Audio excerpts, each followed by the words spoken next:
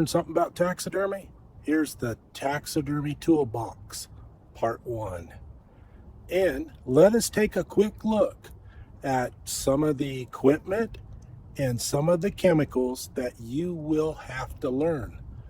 You are so much more than just a taxidermist, a sculptor, an artist, a woodworker. Depending upon what it is you decide to do, you will have to learn all kinds of different disciplines to do a good quality job. So let's get going, stay patient, let's get through this, and you will know a lot more. I hope this video helps you, and this is only part 1. Once it's done, we'll put up another one, part 2, and so on. It will give you a basic foundation of how to proceed. Here we go. Remember, it all starts up here and then flows out, and you can learn as much as you want or as little as you want. You can be the best there is if you want. It's all up to you. Let's get started, and thanks for watching. Leave your comments below.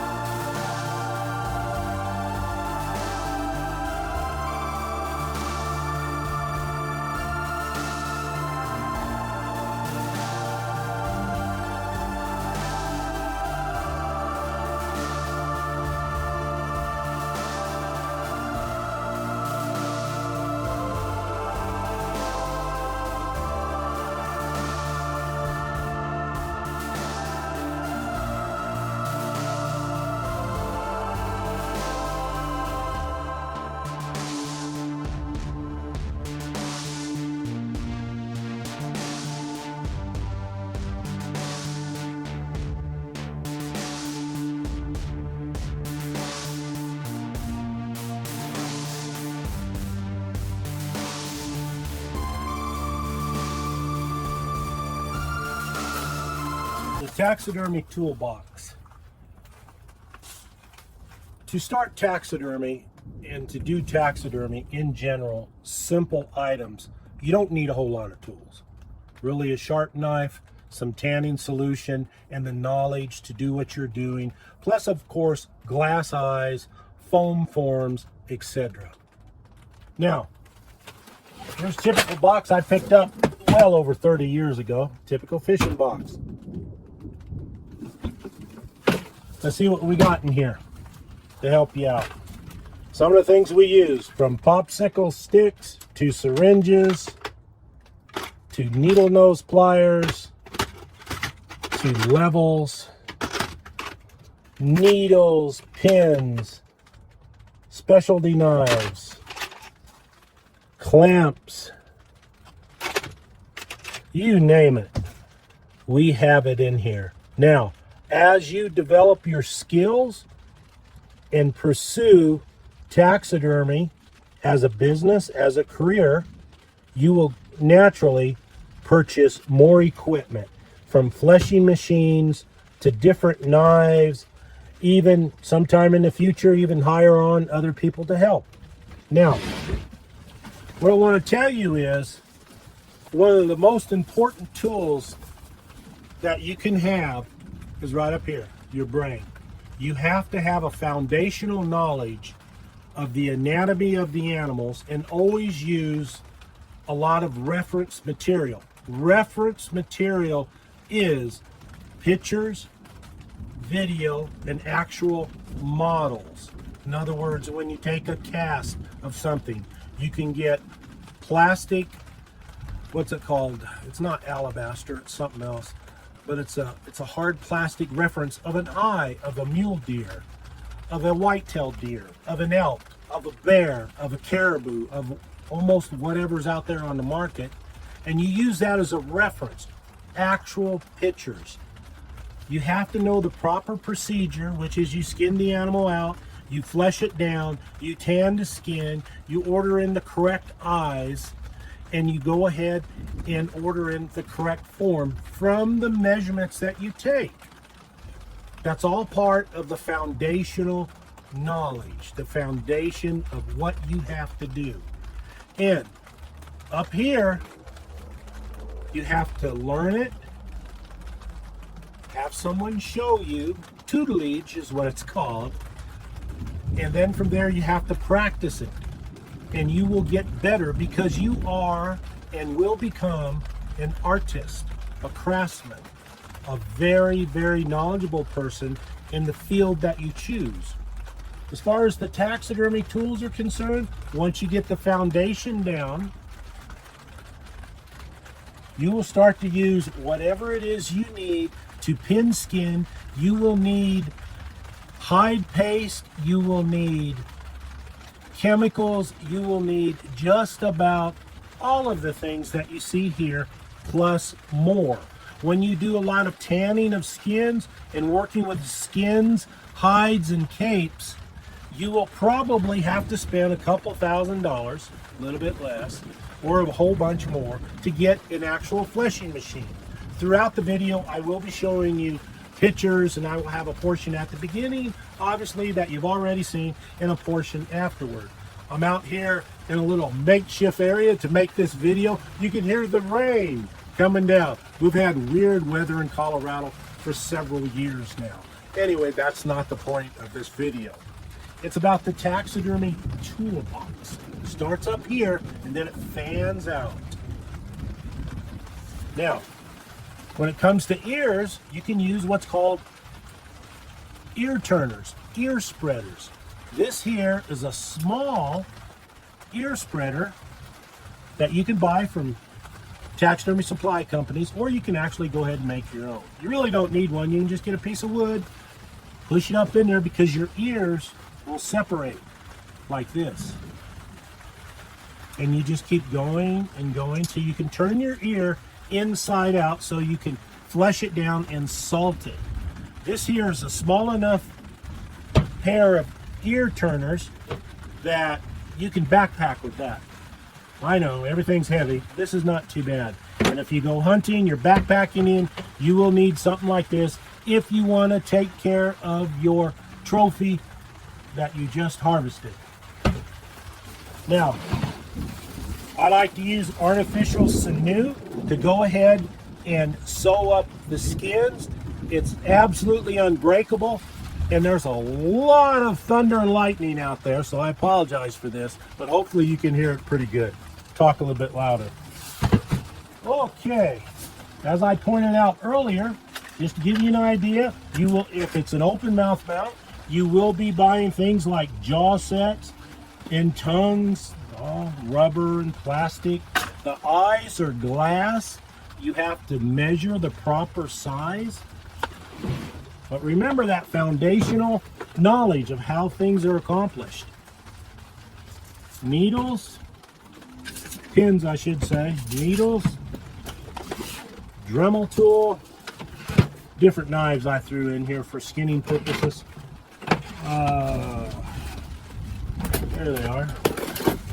Set of calibers, so you can take accurate measurements. Tighten it up a little bit, take accurate measurements. How wide a bear skull is. Measure this distance between here and there, just to give you an idea. Or to measure the size of eyes to be used. See, these are called calibers. You'll eventually be using those.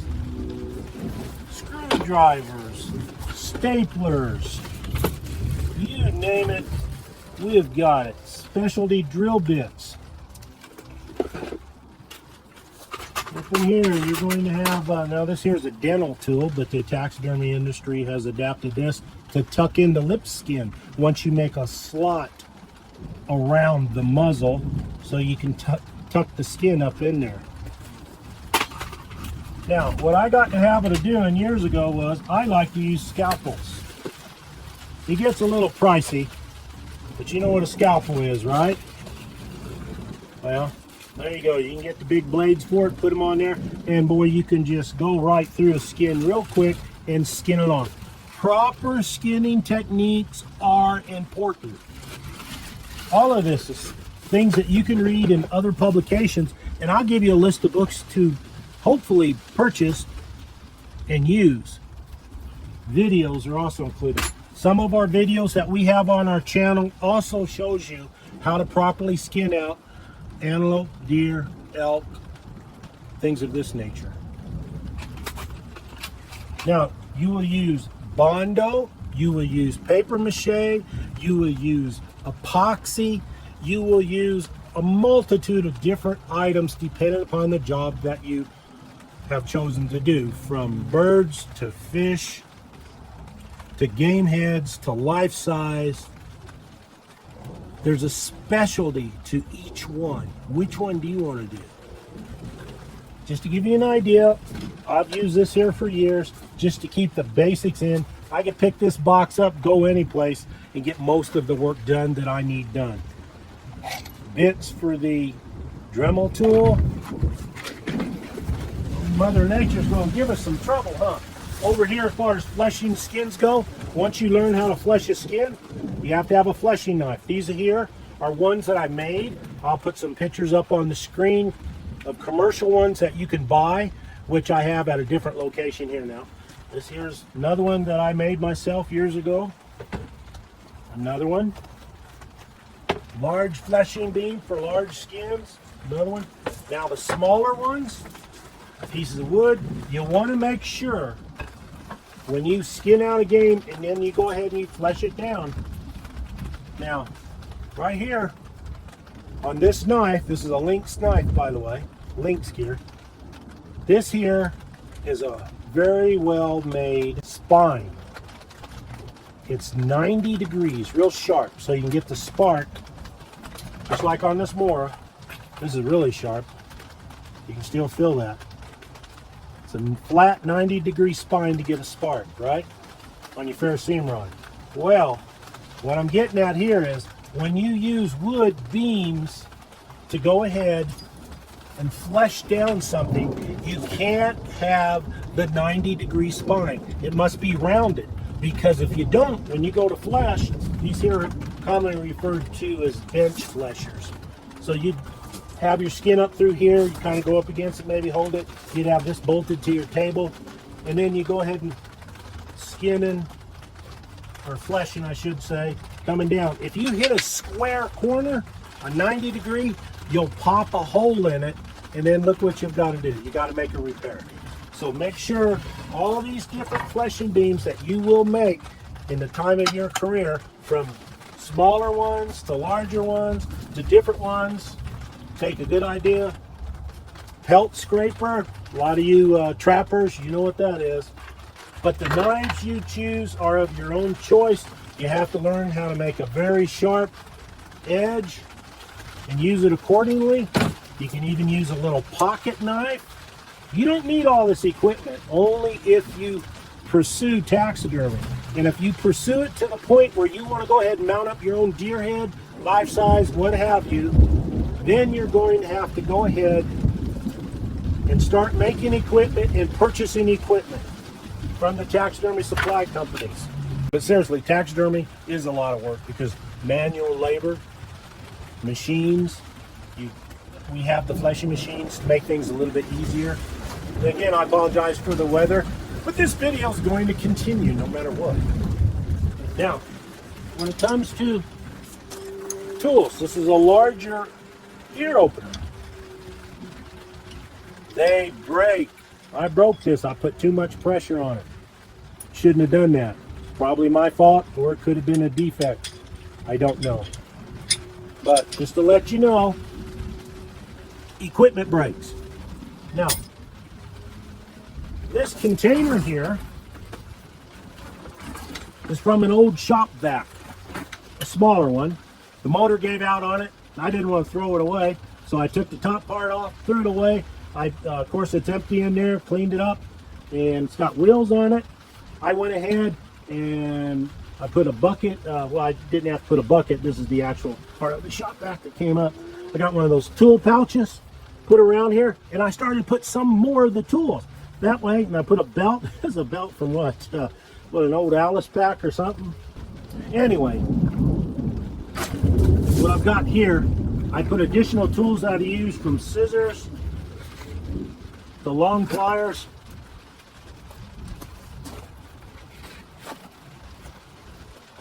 pencils, papers, more ear openers, because usually we have 2 or 3 products going on at once. We're going to go ahead and get the job done as quick as we can. When you go into taxidermy, one thing you have to learn and you have to do is be honest in everything that you do.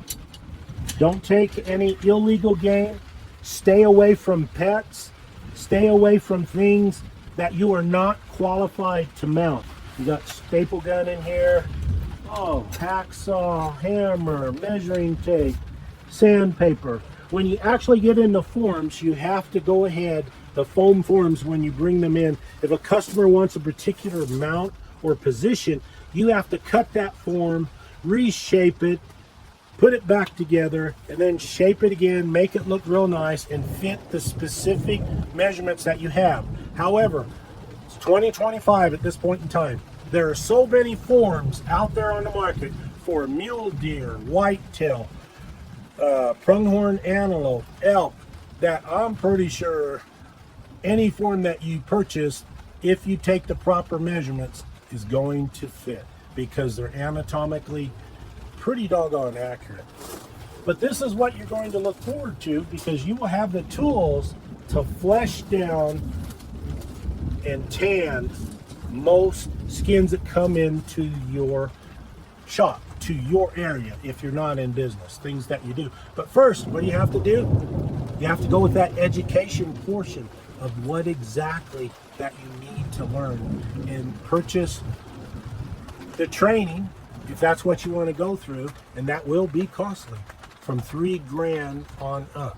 I've seen people pay high as $20,000 or more to go to school. So I wish you well and enjoy the show. From here, we're going to show some pics of us working on various different things, and also to some finished work from there. Remember, it's what's up here, your knowledge base, your experience, who you got that tutelage under if necessary. But there are some people that are out there, they can read a book, they can practice it a little bit, and they can do pretty doggone good. But remember, there is a methodology to do certain things, and you must know what it is, and you must practice, and always use your reference material.